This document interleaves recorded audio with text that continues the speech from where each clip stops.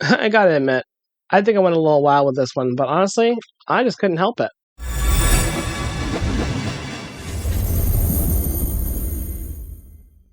Get ready for part 1 of what's going to be kind of a long series on our channel. See, the story of Redwall was initially integral for the characterization of Martin. I mean, come on, his name is Martin. And then there's Matthias, Madame Mayo, Tess and Tim were twin church mice in the Abbey, and Martin the Warrior's love interest was a heroic mousemaid named Rose. If you want a creative children's author who imagined a world full of fantastic beasts, Redwall is where to find them. So here's the first stop on our journey to Redwallify the Tales of Atonement cast, starting with Tessandra Riddell. In the world of Redwall, there are good beasts and vermin. One of them among the good beasts is the hare. She's specifically a hare, not a rabbit, because those two classifications are different. Tessandra is a hare, however, Imel would be a rabbit. For instance, hares are generally known for being fun-loving, very talkative, and sometimes slightly obnoxious, and mostly having very long names. Their vast appetites are legendary. In spite of their apparent casual attitude, however, most hares are very dangerous and courageous fighters and can be extremely dependable in battle. For this reason, they're often chosen by badger lords to form their elite army, the Long Patrol. The Tuatha, similarly, were said to be a race of elite warriors, poets, and bards. This is the reason why I decided Tessandra should be a hare to reflect the spirit of a conqueror, for which she's known. I mean, that's her tutelage, not Matthias, that grows her boys into powerful warriors, especially Martin. According to the series author Brian Jacques, however, hares get their inspiration from British fighter pilots in World War II. In 2002, Jacques said to a now abandoned Terra Rogue magazine, "There are always hares, and the hares are vivid, outstanding characters. You know, they stick out above all the rest because of their curious accents, their greed for food, but also their loyalty and fighting qualities, and that's what makes them endearing to lots of people. Lots of people say, I love the hares, you know, because the hares, they're never mundane. They never do what you'd expect them to. And they have sort of innate British upper-class accent that we associate with the old colleges. Sort of World War II fighting pilots, that sort of thing. The military, you know? But that's why I like working with them. The hares in Redwall books always are a trip, very dramatic, but endearing. One of my favorites was Basil's stag hare.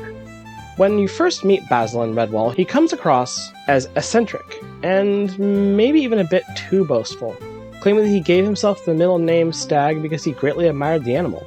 But when the Redwall Abbey is besieged by a seafaring pirate named Clooney the Scourge, he proved himself to be an excellent fighter, as well as a master at camouflage.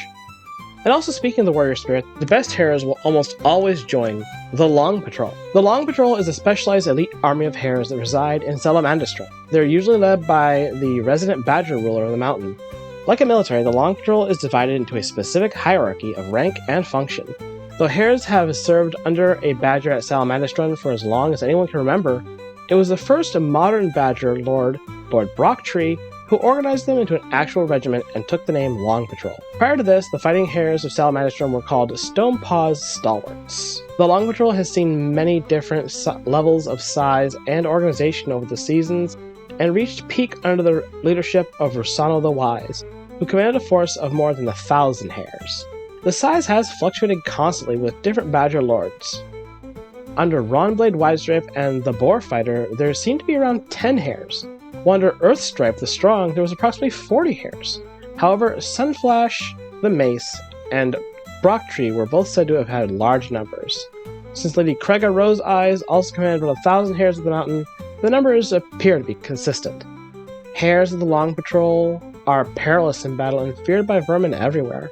Though they are occasionally lazy and almost always eat a lot, the hares are good creatures whose goal is to rid the land of evil. And the same is said to be true for the Tuatha, whose natural enemy are the Fomorians.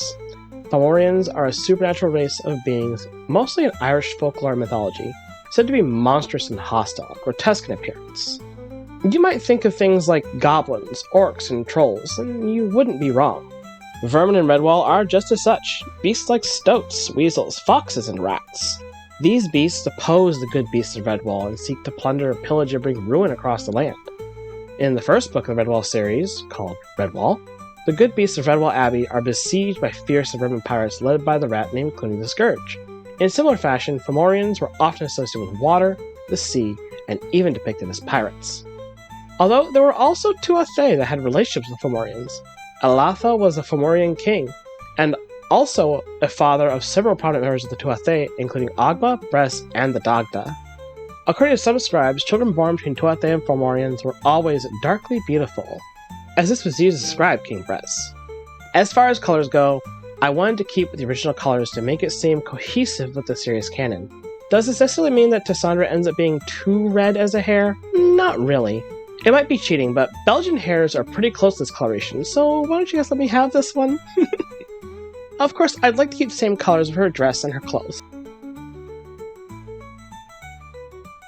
Well, here are some more interesting facts about hares to finish up this project.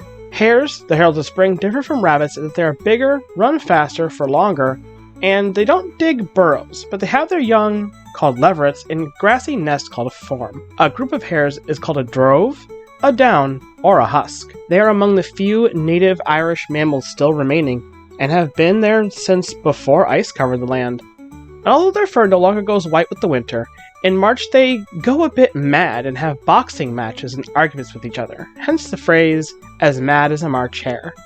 The hare is sacred in many ancient traditions, and seen as a creature of the moon and rebirth.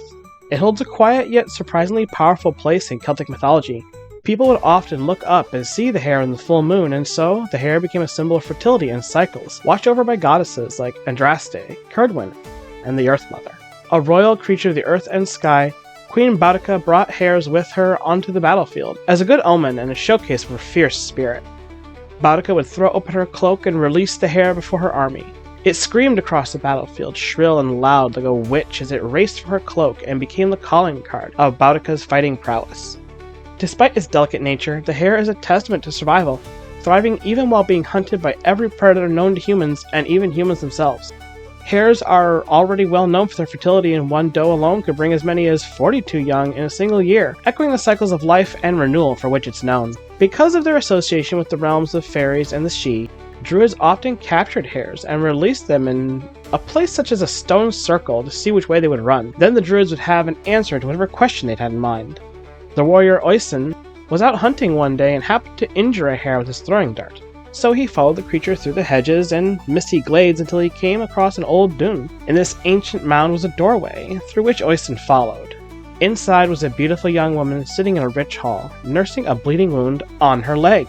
On that day, Oisin learned that the hare was the preferred form of the women the Sidhe took when they changed shape to visit our world. And from that day, Oisin swore he would never eat another hare. And this is why in ancient times eating hare meat was forbidden. In fact, in the region of Kerry, to taste hare flesh was akin to eating one's own grandmother. This taboo was only lifted during Beltane, the festival of fire and renewal. To the Anglo-Saxons, the goddess Ostara embodied the hare's spirit, becoming a totem of spring as a white hare, a symbol of dawn and rebirth, from whom Easter derives its name. In Welsh legend, Saint Melangel became the patron of hares after fleeing from Ireland to escape an arranged marriage, after she'd already taken a vow of celibacy. And talk about not being able to take no for an answer. She hid in Pennant Valley alone for 15 years, until Prince Brockhafel passed by and happened to chase a hare into the underbrush, where he found it cowering in the folds of Melangel's dress. That's a surprisingly similar tale to Oisin. When Brockhafel heard her story, he gave her the land she needed to build a monastery, which she did. This monastery not only welcomed people, but all gentle creatures who were being pursued, kind of like Redwall Abbey. To this day, in Northern Ireland, there are still places that celebrate the hare according to ancient traditions. Originally, I wanted to do a Dom Bluth-style Redwall swap, because I just think that what we did get as an animated series of Redwall did not have the dark grittiness the story actually needs. I personally think Dom Bluth would have done a great job considering movies like All Dogs Go to Heaven, Secret of Nim, Titan AE, and yeah, even The Land Before Time. The early ones anyway, the ones that actually had Bluth's involvement. He was no stranger to dark themes, and with the amount of combat and full-on wars in these books, we really needed an animation team that wasn't going to pull any punches. You know, I promise if we ever make it big, one of the things I might push for us is producing an animated series of Redwall that really hits all the tough notes of the original animation, only slightly hinted at. For now, it's a monomyth, and this very done artwork of Tessandra, the Hare of Alden. Would she still be herding sheep for a living? Or would that be seen as some form of slavery? I can't find anything to say there are sheep in the Redwall universe. Even if there are stags, for that to be a thing, I guess it makes sense. Most of Redwall Abbeys or residents are largely vegetarian diet anyway. By the way, remember to like, subscribe, and ring my bell. If you've come this far in the video, leave a comment below and tell me who you'd like to see Redwallified next, and I'll tell Rico, this week's artist. Rico has actually been a big help for the channel with a number of projects, so they're a trusted artist.